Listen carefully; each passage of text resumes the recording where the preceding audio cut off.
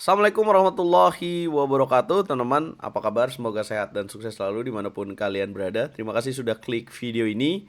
Sesuai permintaan nih, karena sekarang lagi berlangsung ya perebutan gelar juara dunia catur antara Ding melawan Gukes. Saya akan bahas salah satu partai terbaik dunia dari era masa lalu, yaitu antara Evim Bogoljubov berhadapan dengan mantan juara dunia catur Alexander Alekhin, teman-teman. Ini partai yang menarik untuk kita tonton terus sampai habis. Pokoknya ada pelajaran dan ada langkah brilian yang lebih menarik dari game tahun ini kali ya. Langsung saja, putih Evim Bogoljubov memulai dengan langkah D4. Kemudian dijawab F5, Dutch defense ya. Kemudian putih C4, hitam kuda ke petak F6. Buat teman-teman yang pengen cepet ya, pilih pembukaan sebagai hitam yang cepat untuk rokade dan menyerang. Nah, bisa pilih Dutch defense ini nih. G3 dimainkan, kemudian E6, gajah G2, kemudian lakukan skak, gajah B4. Kemudian putih gajah D2, pertukaran gajah, dan kemudian dimakan pakai kuda. Kemudian kuda C6, ancam pion D4. Kemudian dijaga dengan kuda G ke petak F3. Hitam melanjutkan dengan rokade, putih rokade, dan D6. Nah, kenapa nggak D5 nih buat nguatin petak E4-nya? Nah, kadang ada pemain yang memilih D6 untuk serangnya lewat E5. Jadi sejajar F5 dan E5. Putih menteri B3 ya, dengan tujuan ya putih kan nggak mungkin nyerang lewat sayap raja ya. Jadi biasanya karakteristiknya melawan Dutch defense putih menyerang lewat sayap menteri karena di sini sudah ada gajah Vian-Keto. Nah, menteri B3 tujuannya apa? Kalau E5 kayaknya mau C5 dia di sini. Akhirnya taktis dijalankan Raja H8 ya. Di sini mendapat langkah tanda tanya karena seharusnya tetap aja E5 harusnya. Nah, tapi ini tetap ya yang main mantan juara dunia. Jadi kita lanjutin aja guys. Menteri ke petak C3. Ya, yang seharusnya di sini putih lebih bagus mendorong D5. Ya, jadi di sini Bogoljubov harusnya bongkar, kemudian makan lagi kuda ke petak E7 dan kemudian mengambil tempat dengan kuda D4. Ya, tapi Bogoljubov mau sabar dulu, jadi dia setelah Raja 8 pilihnya Menteri C3. Setelah Menteri C3, baru E5 dimainkan. Boom! Ya, E5 dimainkan. Lah ini nggak ngeri nih. Kalau dimakan, makan E5, makan lagi. Keuntungan yang mau didapetin sama Alekhin adalah kuda di petak D2. Nah, jadi setelah E5 nggak mungkin makan, putih E3. Kemudian dilanjutkan dengan A5, menjaga petak B4 supaya nggak nyerang. Kemudian B3, hitam mainkan langkah menteri E8, menjaga pion E5. Selain itu memiliki ide menteri ke petak H5, menyerang pion di petak H2. A3 dimainkan, putih tetap coba konsisten dengan menyerang lewat sayap menteri. Menteri H5 dimainkan, menarik di sini ya.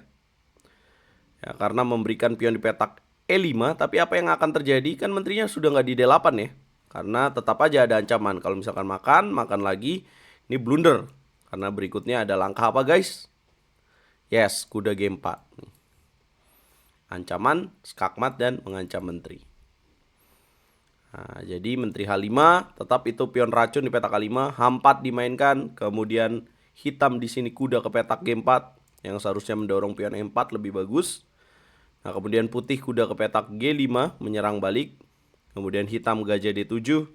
Kemudian putih F3 mengancam kuda. Nah, langkah lainnya yang lebih bagus mungkin memukul dan kemudian B4.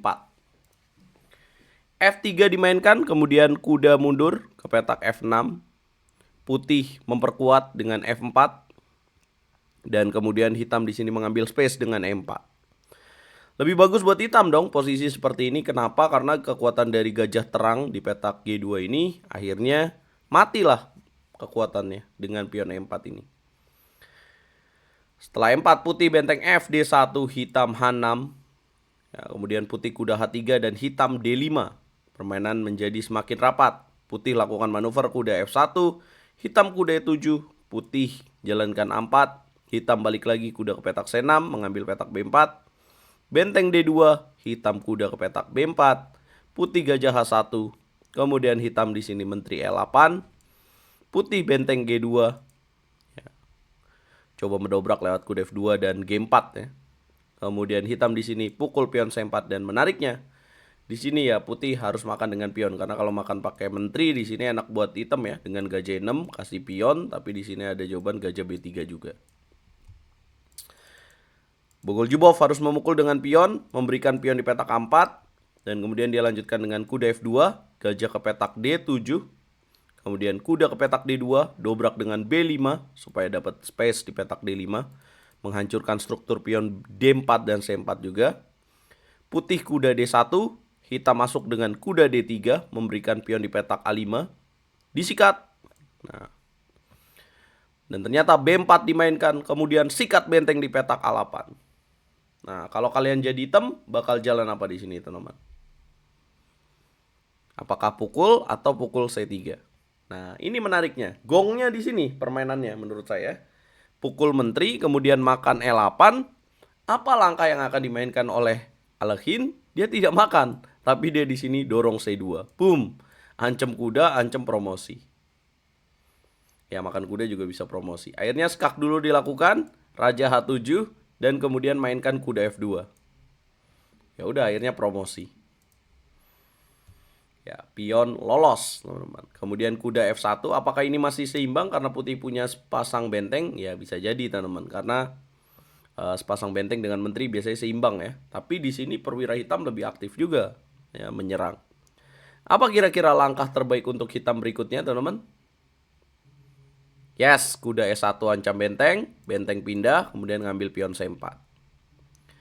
Kemudian benteng B8 dimainkan, hitam menjawab dengan gajah B5, ancam kuda. Kemudian di sini ya, karena di sini pilihannya benteng makan gajah, akhirnya dipilih oleh Bogoljubov. Kalau misalkan dia mainin kuda D2, maka jawabannya menteri C1 ada ancaman double check, nanti ujungnya bisa skakmat ya, menteri G1, menteri H2. Let's say di sini benteng B5, kuda F3, kemudian raja G2, menteri G1, raja naik dan boom, menteri H2. Nah, makanya di sini setelah gajah B5 dia makan, kemudian makan lagi. Kemudian G4, kuda F3 dimakan, makan lagi. Dan kemudian putih lanjutkan langkah ke-40 dengan makan F5. Nah, tapi hitam tidak peduli, hitam mainkan menteri E2, mendekati raja lagi. Kemudian putih D5, hitam raja G8 gak mau makan. Kemudian H5, raja naik lagi ke petak H7. Menunggu temponya ini habis ya. Ya, karena kalau bentengnya gerak ada ancaman tidak langsung kepada petak G2. Kemudian E4 akhirnya dimainkan, kuda E4. Kemudian kuda makan lagi.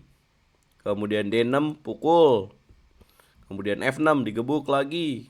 Ya, coba membuat posisi fortress supaya hitam di sini tidak ada progres karena kudanya sudah jaga petak D2 dan pionnya juga di petak D6, teman-teman. Bagaimana kira-kira Alekhine berhasil keluar? Ketika putih benteng D2, teman-teman, temukan langkah terbaik yang akan dimainkan oleh Alekhine di sini. Ya, bisa makan pion F4 memang, tapi di sini Alekhine pilih langkah boom, sacrifice the queen. Apa tujuannya? Ya, dimakan, kemudian makan lagi, membuat permainan sederhana. Dia sudah lihat ya, sudah unggul pion. Kemudian raja F2, gebuk kuda, ya, gebuk kuda jadi queen di sini. Makan lagi. Dan bagaimana kira-kira menang endgame seperti ini, guys? Raja G7, Raja F2, kemudian Raja F7, Raja E3, Raja E6, Raja E4, D5. Akhirnya putih menyerah. Ya, jadi ada keberanian dari seorang Alekhine untuk menyederhanakan permainan ya, padahal unggul menteri di situ untuk akhirnya menang ke endgame. Nah, langkah-langkah berani seperti inilah yang kita rindukan dari perebutan gelar juara dunia. Alexander Alekhine sampai akhir hayatnya dia masih memegang gelar juara dunia ya, dan akhirnya saat itu FIDE memutuskan untuk gelar juara dunia berikutnya yang dimenangkan oleh Michal Botvinnik dirubah bukan dengan mempertemukan juara dunia bertahan dengan pemenang kandidat, tapi dibentuk sebuah turnamen yang diisi oleh 5 pemain kalau tidak salah, dan akhirnya Michal Botvinnik yang menjadi juara dunia. Fakta lainnya, Alexander Alekhine adalah seorang pencinta kucing, teman-teman. Jadi dia punya kucing yang dia namai Checkmate ya, kalau tidak salah ya. Yes, betul sekali, namanya Checkmate.